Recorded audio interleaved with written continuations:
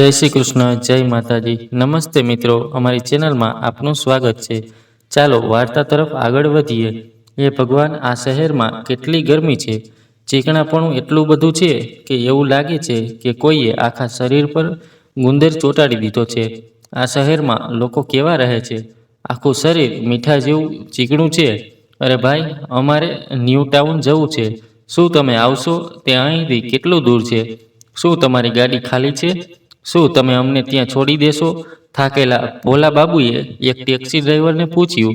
પછી ડ્રાઈવરે પોતાનો અધિકાર બતાવ્યો અને કહ્યું, કાકા, તમારે ન્યૂ ટાઉન માર્ગ ત્યાં જવું છે? તમારે મને કોઈ સરનામું કહેવું પડશે, ખરું ને? ભોલા બાબુએ કહ્યું, સરનામાના નામે હું ફક્ત ન્યૂ ટાઉનને જાણું છું।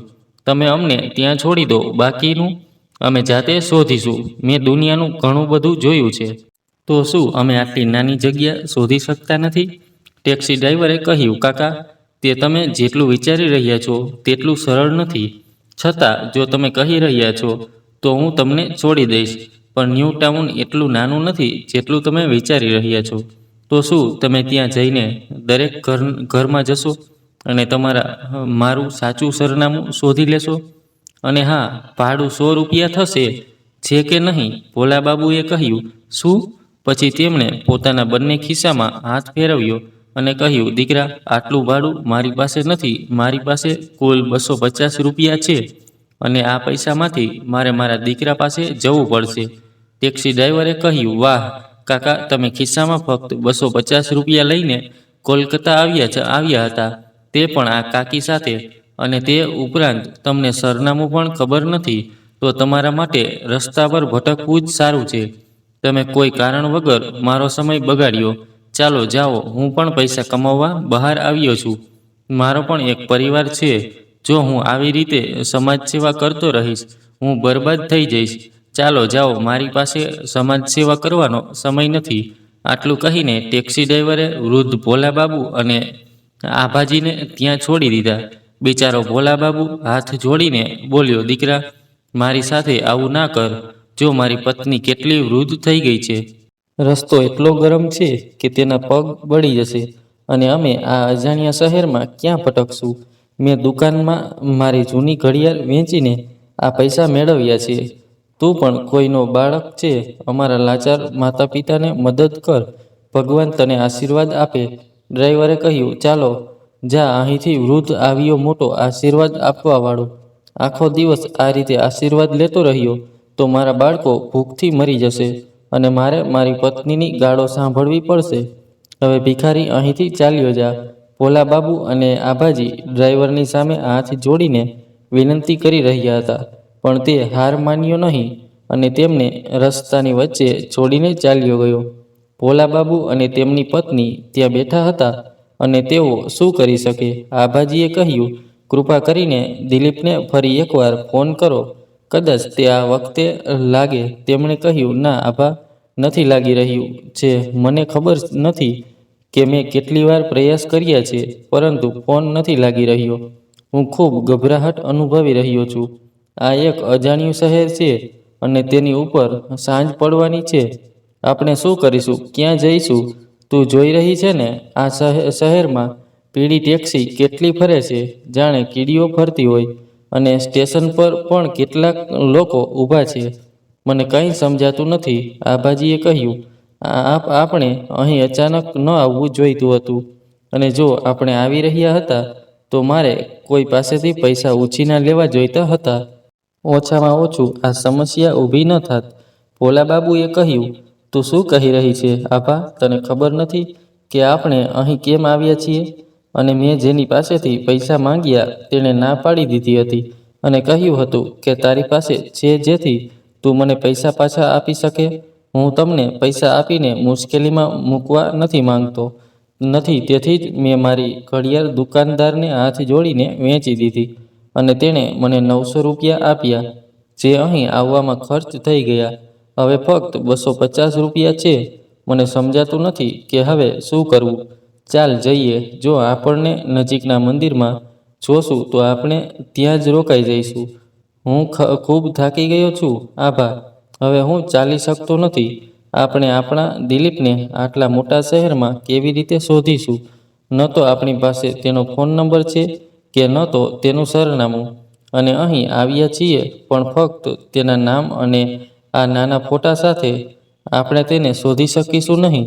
આભાજી કહે છે, સાંભળો, ચાલો અહીં થોડો સમય આરામ કરીએ, પછી આપણે દિલીપને શોધીશું.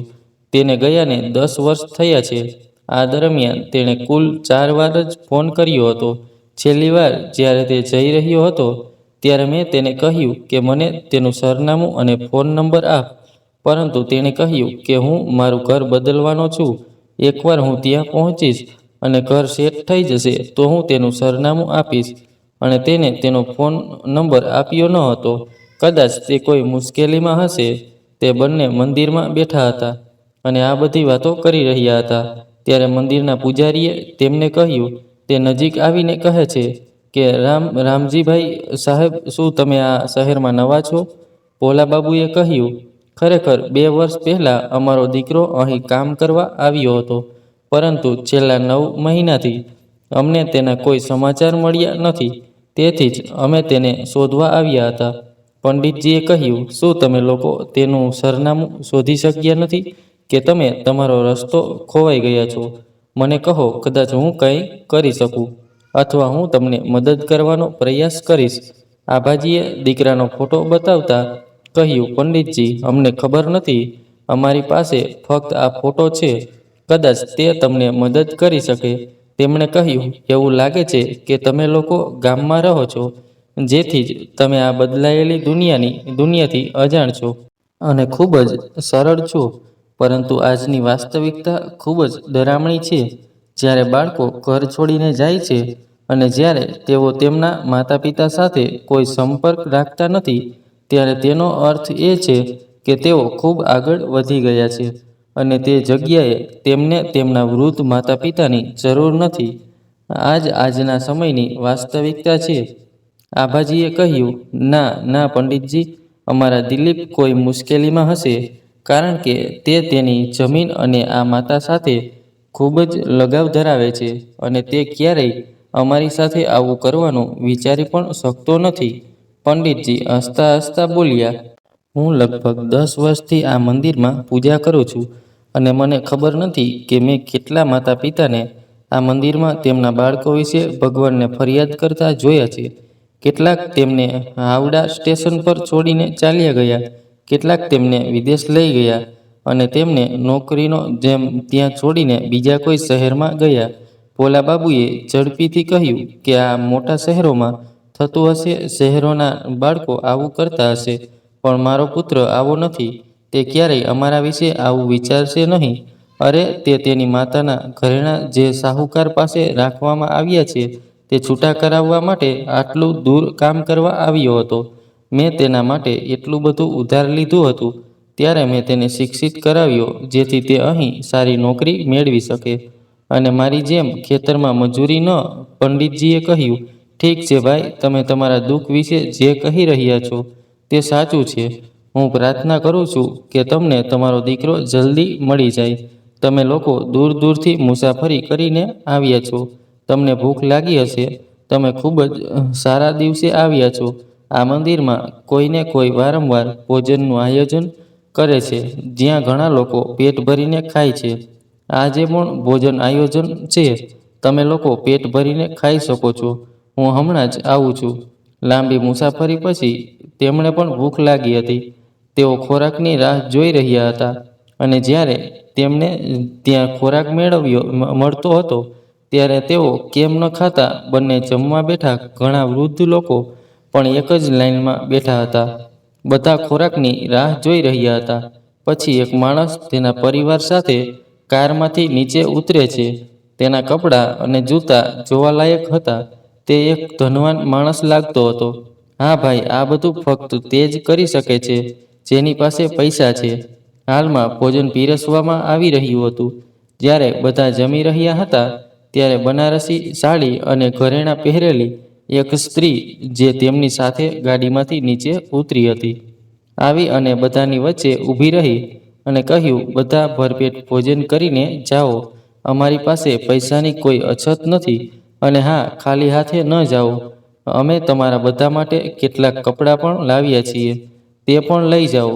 અત્યાર સુધી ભોલા બાબુજી અને આભાજી શાંતિથી ખાતા હતા, પરંતુ અચાનક તે માણસનો અવાજ સાંભળીને બંનેએ ખાવાનું બંધ કરી દીધું અને તેમના ઊભા થઈ ગયા, કારણ કે તે અવાજ તેમને પરિચિત લાગતો હતો. અને જ્યારે તેઓએ ઉપર જોયું, ત્યારે તેઓ તેમની આંખો પર વિશ્વાસ કરી શક્યા નહીં. તેઓ સમજી શક્યા નહીં કે તેઓ ખુશ છે કે દુઃખી, કારણ કે તે માણસ બીજું કોઈ નહીં પણ તેમનો પુત્ર દિલીપ હતો. પોતાના સંતોષ માટે દીકરાનો અવાજ સાંભળીને ભોલાબાબુ પંડિતજી પાસે ગયા અને તેનો ચહેરો જોઈને તરત જ તેને ગળે લગાવી રડવા લાગ્યા અને બોલ્યા, પંડિતજી જુઓ, મને મારું બાળક મળી ગયું છે. ભગવાનનો આભાર કે તું ઠીક છે. ક્યાં ગયો હતો દીકરા? તું તારા માતા પિતાને જ ભૂલી ગયો છે? આટલામાં આભાજી પાછળથી આવીને તેને ગળે લગાવીને ખૂબ રડવા લાગ્યા અને બોલ્યા, દીકરા દિલીપ, તું ઠીક છે? તારી તબિયત કેમ છે?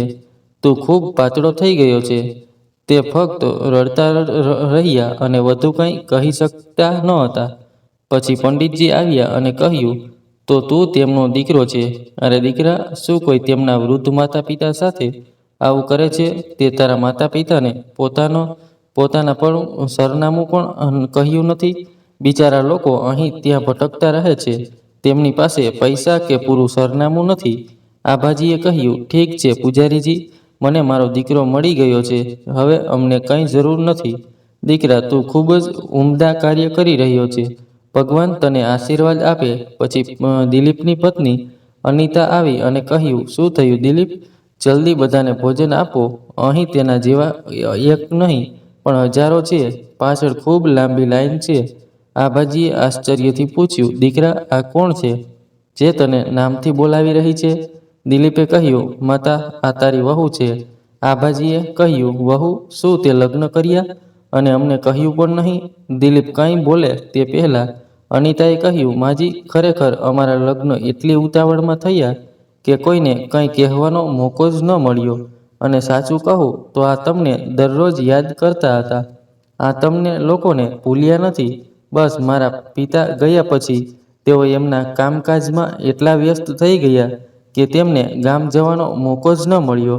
અને હવે વાત એ છે કે તે સમયે તેમની પાસે ફોન ન હતો અને ગામમાં તમારા પડોશીનો નંબર ખોવાઈ ગયો હતો.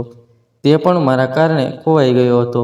કૃપા કરીને મને માફ કરો. તમે લોકો ગામમાં પાછા નહીં જાઓ. તમે અહીં તમારા પૌત્ર અને અમારી સાથે રહેશો. કેમ, બરાબર ને? અનિતાએ દિલીપને કહ્યું. તો દિલીપે કહ્યું, પિતાજી, કૃપા કરીને મને માફ કરો. મને ખબર નથી કે હું તમને કેવી રીતે ભૂલી ગયો.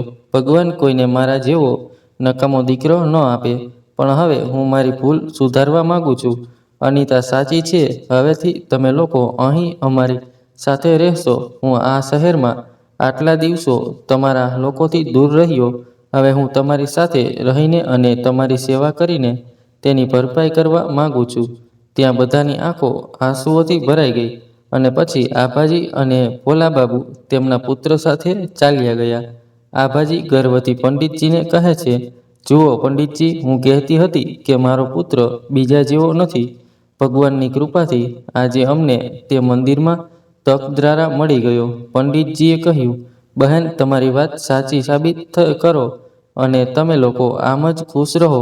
મારી પણ આ જ ઈચ્છા છે. ઠીક છે, સારું, જીવો. રાધે રાધે. આભાજી અને ભોલાબાબુ તેમના પુત્ર અને પુત્રવધુ સાથે ઘરે જાય છે. બધા ત્યાં પહોંચ્યા કે તરત જ અનિતાએ કહ્યું કે તમે બધા થાકી ગયા હશો. ચાલો કંઈક ખાઈએ અને આરામ કરીએ. બાકીના વિશે કાલે વાત કરીશું. આમ કહીને તે તેના રૂમમાં ગઈ. બીજા દિવસે સવારે આભાજી અને ભોલાબાબુ બેઠા બેઠા ચા પી રહ્યા હતા. જ્યારે તેમના ઘરમાં કામ કરતી વિમલા આવે છે ત્યારે અનિતાએ શાકભાજીનો હિસાબ પૂછ્યો અને કેટલીક આર્થિક અનિયમિતતાને કારણે તે તેને નોકરીમાંથી કાઢી મૂકે છે. અને આભાજીને કહ્યું કે મમ્મીજી, તે સારું કામ કરતી નથી અને તે ચોરી પણ કરે છે. તેથી જ મેં તેને કાઢી મૂકી છે. ગમે તેમ આપણે એટલા બધા લોકો નથી. આપણે સાથે કામ વહેંચીશું. તમે શું કહો છો? આભાજીએ કહ્યું, હા હા વહુ, તું બિલકુલ સાચી છે. ગામમાં હું ઘણા બધા લોકોનું કામ એકલી કરતી હતી અને કામ કરવાથી હું સ્વસ્થ પણ રહું છું. ગામમાં અમે બધા કામ જાતે કરતા હતા. બિચારી સરળ આભાજીને ખબર ન હતી કે અનિતાના મનમાં શું ચાલી રહ્યું છે. એક દિવસ અનિતા ઘરે કીટી પાર્ટી રાખે છે અને આભાજીને સવારથી રસોડામાં વ્યસ્ત રાખે છે. બિચારી આભાજી ખૂબ મહેનત કરી રહી હતી. પછી અનિતા તેમના કામમાં કોઈને કોઈ ખામી કાઢતી હતી. પછી થોડા સમય પછી તેના બધા મિત્રો આવી ગયા. અનિતા આભાજીને દરેક નાની નાની વાત પર અવાજ કરીને પરેશાન કરતી હતી. ક્યારેક આ લાવો તો ક્યારેક તે લાવો. પછી તેની એક સહેલીએ કહ્યું, અરે અનિતા, તને ક્યાંથી મળી નોકરાણી? શું આ ફૂલ ટાઈમ નોકરાણી છે? દોસ્ત, મને પણ ઘણા સમયથી ફૂલ ટાઈમ નોકરાણીની જરૂર હતી, પણ મને કોઈ મળી શકી નથી. બાય ધ વે, તે કેટલા પૈસા લઈ રહી છે? અનિતાએ કહ્યું, અરે તે ફૂલ ટાઈમ જ છે અને તે પૈસા કેમ લેશે? તે મારી સાસુ છે, જે આજે ગામથી આવી છે. હું તને એક વાત કહું, દિલીપ તેને ઘણા સમય પહેલા ભૂલી ગયો હતો, પણ આ બંને દીકરા માટે અહીં આવ્યા હતા. તે બધાની સામે કંઈ કહી શક્યો નહીં અને મને ફોન કર્યો. પછી મેં તેમને કહ્યું કે તેમને અહીં લાવ અને તમે બધા જાણો છો કે અહીં નોકરોનો વલણ અને ગુસ્સાને આવી સ્થિતિમાં હું તેમને કેવી રીતે ન રાખી શકું. એક સહેલીએ કહ્યું, શું તે તારી સાસુ છે? વાહ દોસ્ત, તે કેટલું અદ્ભુત મન વાપર્યું છે. કાશ આપણી પાસે પણ દૂરના ગામની સાસુ હોત. અને પછી બધા હસવા લાગે છે. આભાજી પણ આ બધું સાંભળી રહ્યા હતા. તેમની આંખોમાં આંસુ આવી જાય છે, પણ તે શાંતિથી પોતાનું કામ કરતા રહે છે. અચાનક નાસ્તાની પ્લેટ લાવતી વખતે આભાજીના હાથમાંથી તે સરકી જાય છે, જે એના કારણે અનિતા ગુસ્સે થઈ જાય છે અને કહે છે કે તમે અભણ સ્ત્રી, તમે શું કર્યું છે? મેં વિચાર્યું હતું કે તે આ શહેરની રીત શીખી લેશે, પણ આ તો હંમેશા અભણ સ્ત્રી જ રહેશે. આભાજીએ રડતા રડતા કહ્યું, વહુ, મેં જાણી જોઈને આવું નથી કર્યું. તો પછી તું આવી વાત કેમ કરી રહી છે? તે પણ બધાની સામે તે આ યોગ્ય કામ નથી કર્યું. અને રડતા ત્યાંથી ચાલ્યા ગયા. થોડી વાર પછી દિલીપ અને ભોલાબાબુ આવે છે. પછી અનિતા કહે છે, દિલીપ, તમે શું કહ્યું? આ લોકો સાથે સારું વર્તન કરજે, જેથી તેઓ આપણું બધું કામ કરતા રહે. પણ આજે તમારી માતાએ મારું ખૂબ અપમાનિત કર્યું, તે પણ મારી સહેલીઓની સામે. આ વિચારીને મેં વિમલાને કાઢી મૂકી. ભોલાબાબુએ કહ્યું કે તમે શું કહી રહ્યા છો? પુત્રવધુ, અમે તમારા માતા પિતા જેવા છીએ, નોકર નથી કે તમે આવી વાત કરી રહ્યા છો. દિલીપે કહ્યું કે તમે ચૂપ જ રહો. પિતાજી, તમે જાણો છો કે આ ફ્લેટ મારું કામ અનિતાના પિતાએ બધું આપ્યું છે અને તમારા કારણે મેં આજ સુધી ફક્ત ગરીબી જ જોઈ છે. તેથી જ હું તમારા લોકો સાથેના બધા સંબંધો તોડીને અહીં આવ્યો. હું જ મૂર્ખ હતો, જેણે વિચાર્યું હતું કે ફક્ત ફોન નંબર બદલીને હું તમારા લોકોથી મુક્ત થઈ જઈશ. પણ ના, શરમ ના હોય અમે તેમ અહીં આવી ગયા. અનિતાએ કહ્યું કે તમે બંને ખુલ્લા કાનથી સાંભળો. જો તમારે અહીં રહેવું હોય તો તમારે બધું કામ અહીં કરવું પડશે, નહીંતર તમારી ઝૂંપડીમાં પાછા જવું પડશે. સમજાયું? દીકરા અને વહુનો અસલી ચહેરો જોઈને બંને ચોંકી જાય છે અને વિચારે છે કે પંડિતજી બિલકુલ સાચા હતા. બંને રડતા પોતાના રૂમમાં જાય છે અને હવે તે શું કહી શકે? બિચારા લોકો પાસે અહીં રહેવા સિવાય બીજો કોઈ વિકલ્પ ન હતો.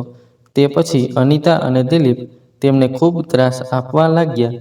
અનિતા તેમને દિવસ રાત ઘર સાફ કરાવતી હતી. હવે આ દરરોજ થવા લાગ્યું. દિલીપ દરેક નાની વાત પર તેના પિતા પર હાથ ઉપાડતો અને અહીં અનિતા પર આખો દિવસ તેમ નોકરની જેમ કામ કરાવતી હતી. પણ છતાં તેઓ તેમની સાથે યોગ્ય રીતે વાત પણ કરતા ન હતા. એક રાત્રે અનિતા આભાજીને કહે છે, માજી, હું મારા રૂમમાં જાઉં છું. અમારા બંને માટે રૂમમાં દૂધ આપી જજો. અને હા, ફક્ત અમારા બંને માટે.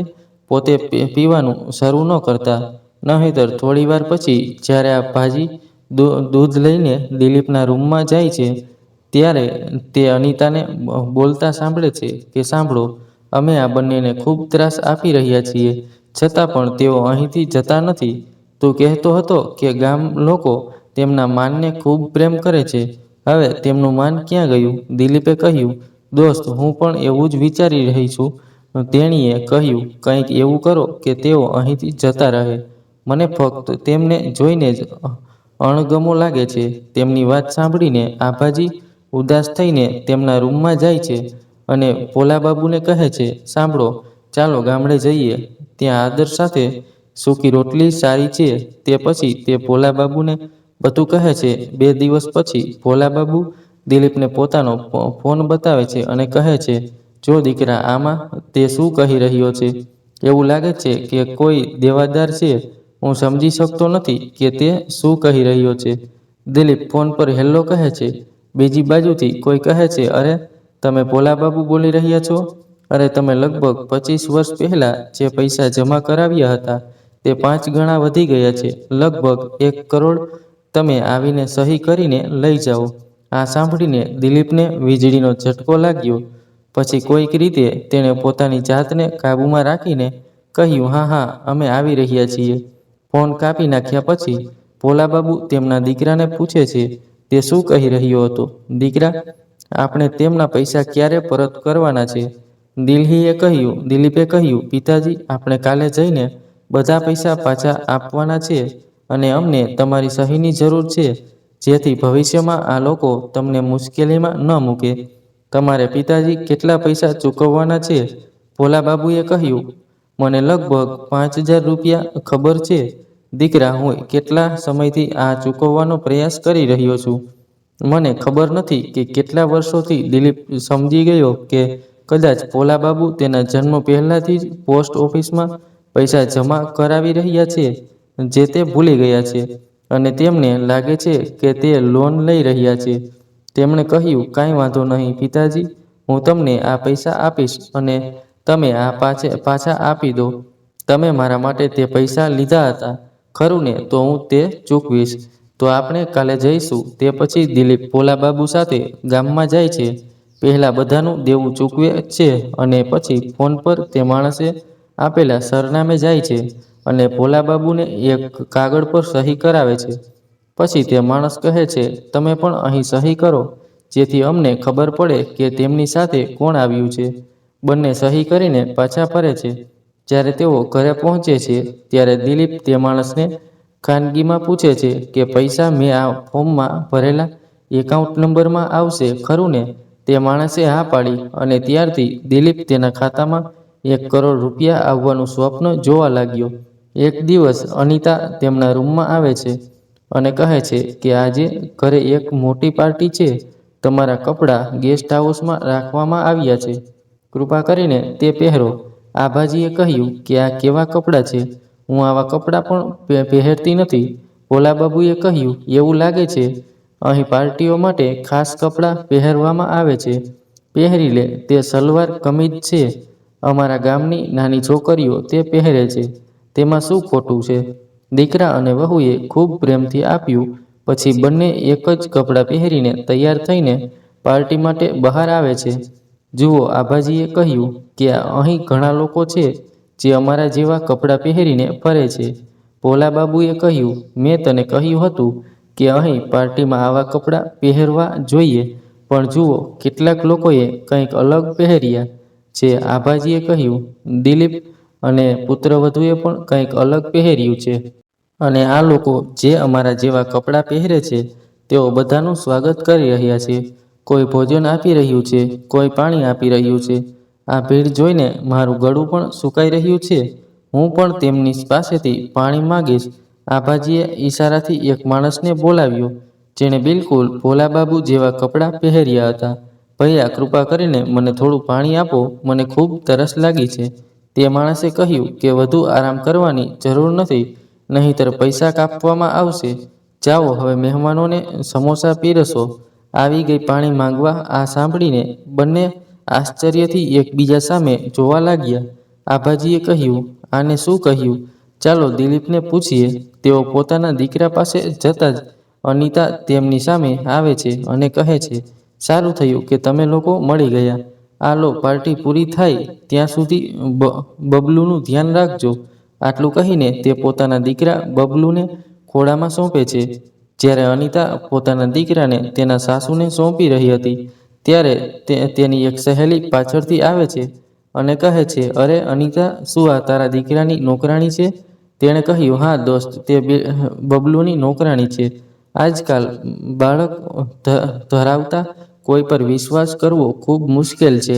આવી સ્થિતિમાં જ્યારે અમને આ કપલ થોડું વિશ્વાસપાત્ર લાગ્યું ત્યારે અમે તેમને રાખ્યા. દિલીપ પણ ત્યાં જ ઊભો હતો, પણ તેના મોઢામાંથી એક પણ શબ્દ નીકળ્યો નહીં. માતા પિતાને નવાઈ લાગી કે તે શું કહી રહી છે. કદાચ એટલા માટે જ અમને અહીં નોકરોના કપડાં આપવામાં આવ્યા છે અને અમને ખબર નથી કે અમે શું વિચારી રહ્યા છીએ. પછી દિલીપે ઝડપથી કહ્યું, પિતાજી, માતા, તેની વાત પર ધ્યાન ન આપો. તમારે ફક્ત અમારા પૌત્રનું જ ધ્યાન રાખવું પડશે. ભોલા બાબુએ ઉદાસીથી કહ્યું, દીકરા, અમે અમારા પૌત્રનું આમ પણ ધ્યાન રાખ્યું હોત. આ કોઈ પણ દાદા દાદી માટે ખૂબ આનંદ અને ખુશીની વાત છે. પરંતુ તમે લોકો અમને દાસી બનાવીને છેતરપિંડી કરીને અહીં લાવ્યા પછી ગામની એ ગરીબી સારી લાગી રહી છે. આભાજીએ કહ્યું, એનો અર્થ એ છે કે તું જાણી જોઈને અમને મદદ કરતો નહોતો, કારણ કે તને અહીં ગુલામી ગમવા લાગી છે. પણ દીકરા, અમે ગરીબ હોઈ શકે છીએ, પણ ગુલામ ન રહી શકીએ. યાદ રાખજે, એ માણસ જે પોતાની પત્નીના ટુકડા પર જીવે છે તે હંમેશા ગુલામીનું જીવન જીવે છે. ભોલા બાબુએ કહ્યું, આભા, આપણે અહીં નહીં રહીએ. એટલામાં અનિતા આવે છે અને કહે છે, અરે તમે ક્યાં જવાની વાત કરો છો? શું તમારી બંને પાસે જવા માટે પૈસા છે? કે પછી તમારો ઈરાદો શું એ જ મંદિરમાં જઈને રહેવાનો છે? ગામ અહીંથી દૂર છે.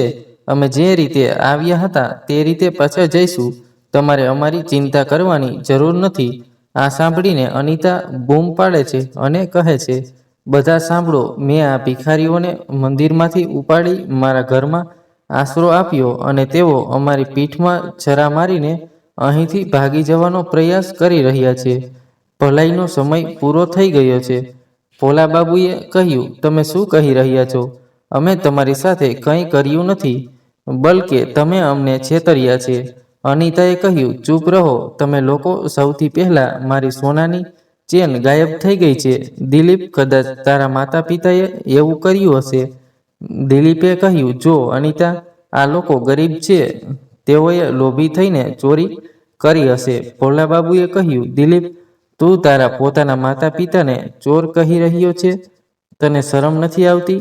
દિલીપે કહ્યું, હા, હું એટલા માટે કહી રહ્યો છું કારણ કે તમારી હાલત મારાથી છુપાયેલી નથી. પિતાજી, હવે જો તમે લીધી હોય તો હા કહો, જેથી મને તમારી બેગની તપાસ ન કરવી પડે.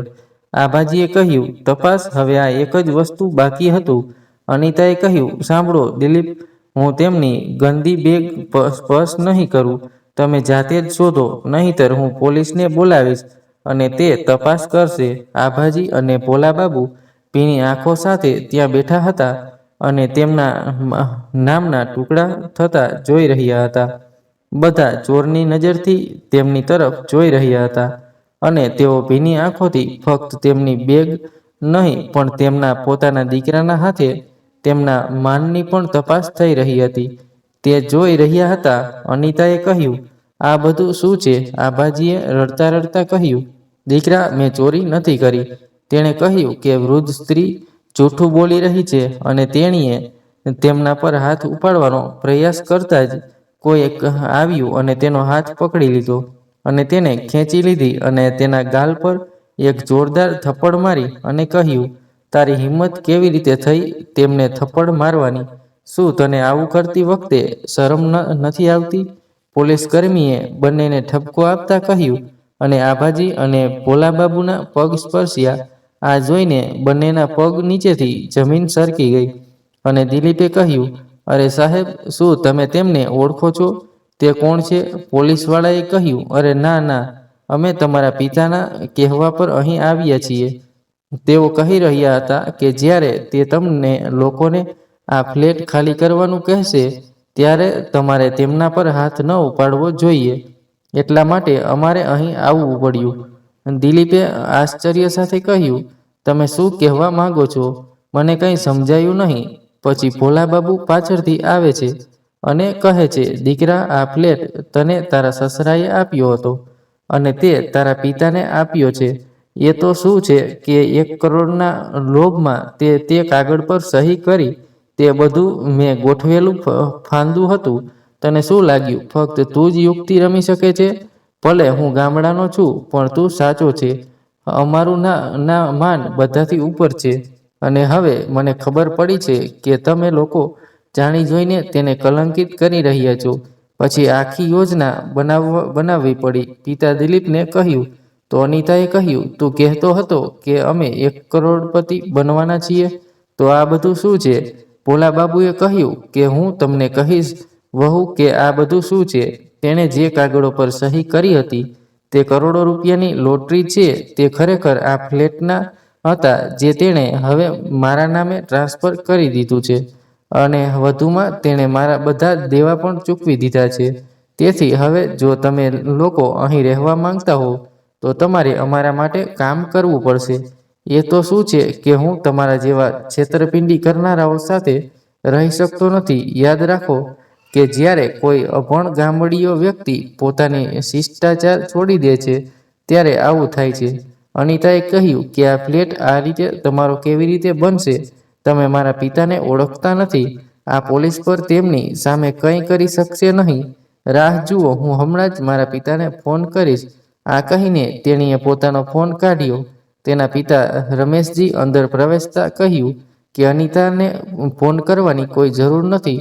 હું આવી ગયો છું. અનિતાએ કહ્યું, પિતાજી, તમે અહીં છો? હવે તમે આવ્યા છો. આ વૃદ્ધ માણસને કહો. તે કહે છે કે આ ફ્લેટ તેમનો છે. રમેશજીએ કહ્યું, દીકરા, આ કામ કાયદેસર રીતે થયું છે અને હું કાયદાથી ઉપર નથી. અનિતાએ કહ્યું, પિતાજી, તમે શું કહી રહ્યા છો? રમેશજીએ કહ્યું, તમારા અત્યાચારોથી કંટાળી આ લોકો અહીંથી જઈ રહ્યા હતા, પણ તે બહાર મારી સાથે ટકરાઈ ગયા. અને ભોલા મારો બાળપણનો મિત્ર છે, તો હું તેને કેવી રીતે ત્રાસ આપવા દઉં? ખાસ કરીને જ્યારે મારી પુત્રી તે ત્રાસ આપી રહી હોય. તને ખબર છે, તે હું પણ એક સમયે તેમની જેમ ગરીબ હતો અને જ્યારે મને ખોરાકની અછત રહેતી ત્યારે તે મને રોજ ખવડાવતો. હું શહેરમાં આવીને સ્થાયી થઈ ગયો અને પૈસા કમાવાની ઈચ્છામાં તેને ભૂલી ગયો.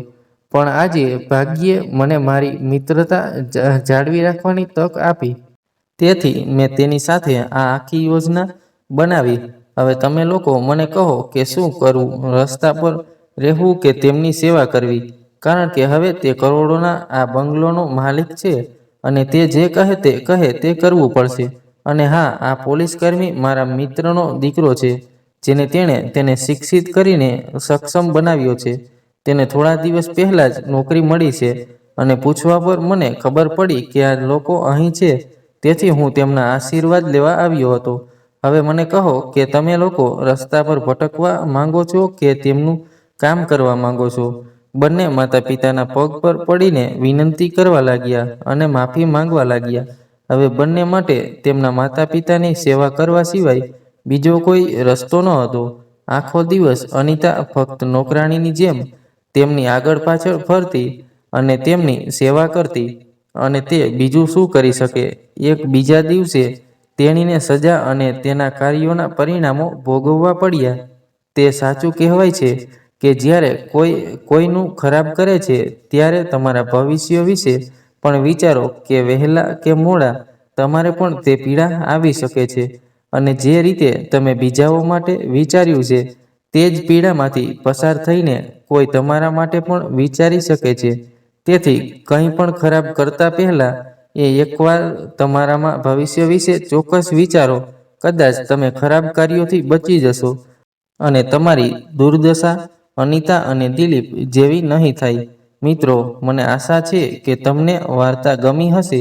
જો તમને વાર્તા ગમી હોય તો વિડીયોને લાઈક કરો અને આવી રસપ્રદ વાર્તાઓ સાંભળવા માટે અમારી ચેનલને સબસ્ક્રાઈબ કરો. સંપૂર્ણ વાર્તા જોવા અને સાંભળવા બદલ હૃદયથી આભાર. જય શ્રી કૃષ્ણ. જય માતાજી.